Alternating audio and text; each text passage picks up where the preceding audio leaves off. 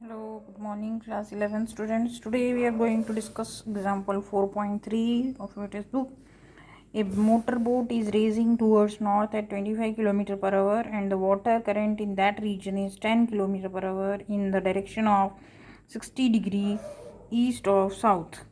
Find the resultant velocity of the boat. एक motor boat है racing towards race कर रही है वो किसी दूसरे मोटर बोट के साथ।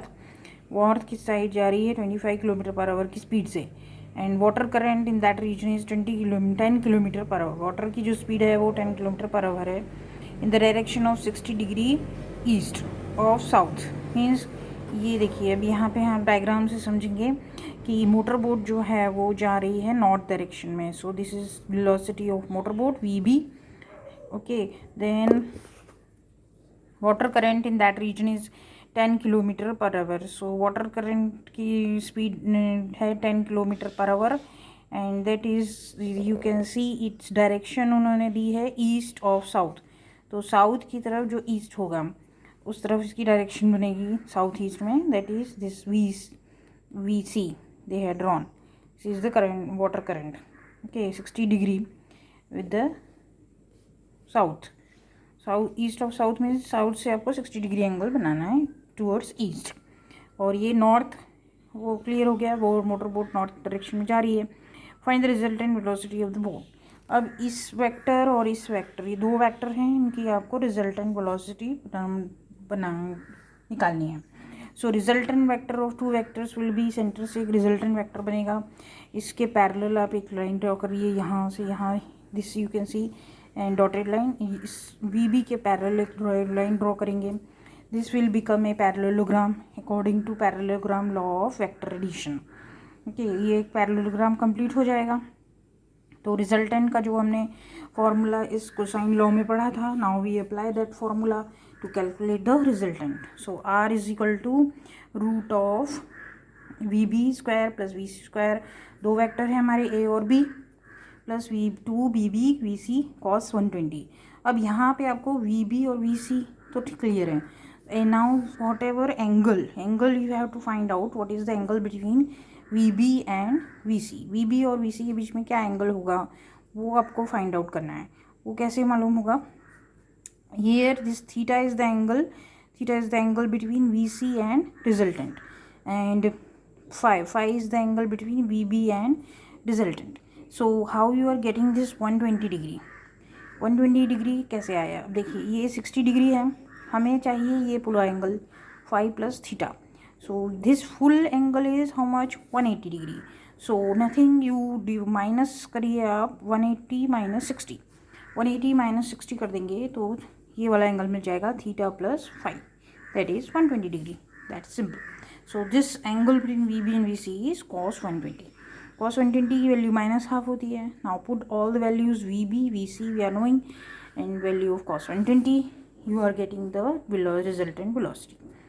To obtain the direction we apply the law of sines. अभी रिजल्टेंट मिल गया, हमें उसकी डायरेक्शन भी निकालनी है because it is a velocity vector. So velocity has both magnitude and direction. So हम उसकी वेलोसिटी का डायरेक्शन रिजल्टेंट का निकालेंगे यूजिंग दिस साइन लॉ। तो हम लोग पढ़ चुके हैं sine law, R by sine theta equal to A by sine beta is equal to B by sine alpha. So इसीलिए यहाँ पे फाई और थीटा एंगल बनाया हुआ है। Just R by sine theta मतलब आर जो है वो एंगल कितना बना रहा है with the vector. First resultant vector is making theta angle with the V C, so that is sine theta. Then V C is making how much angle? V C जो water current है that is making phi angle V C by sine phi. अब यहाँ पे देखिए जो ए vector है उसका angle होता है अल्फ़ा और बी वेक्टर है उसका एंगल होता है बीटा। तो उल्टे एंगल लिखना है, तो जब आप वी सी लेंगे तो आपको वी बी का एंगल लिखना है। सो नाउ अपोजिट एंगल अगर वी सी में है वी बी का एंगल लिखना है, तो V B is making phi angle with resultant, so put it sine phi. और साइन फाई इन दोनों को इक्वेट कर देंगे तो sine phi is how much? Sine phi is V C by R sine theta. This cross multiplication you will do. B C की value हमें पता है, आर की हमें वैल्यू पता है, थीटा की value how much? theta is 120 degree. That is the full angle between two vectors. So you put it these values and you will get the answer. So in this way you solve this numerical. Next example, we study the position of a particle. Example 4.4. Position of a particle is given. ये vector form में दिया है.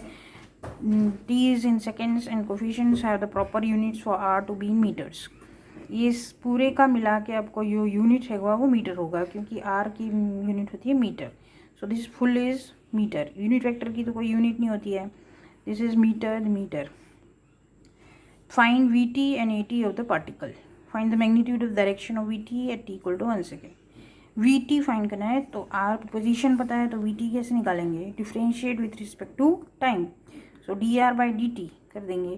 तो dr/dt R की value put करी 3t + 2t + 2t square + 5. सो हमने जो differentiation पहले पढ़ा है उससे हम डिफ्रेंशिएट करेंगे तो 3t का डिफ्रेंशिएशन होगा 3 और 2t स्क्वायर का डिफ्रेंशिएशन होगा ये 2 आगे आ जाएगा 4t⁻2 - 1 that is t. 5 constant है तो इसका डिफ्रेंशिएशन 0.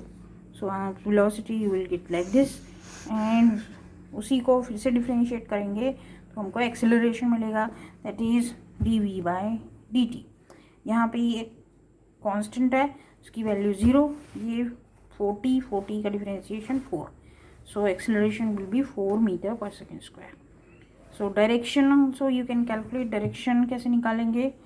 velocity की डायरेक्शन निकालना है तो velocity की direction x square + y square इसको ऐड करेंगे. नहीं, this will give you the magnitude.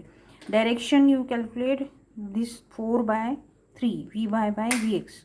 y component divided by x component, that is tan theta equal to v by vx. v by tan theta will be v by vx. v by is 4, vx is 3.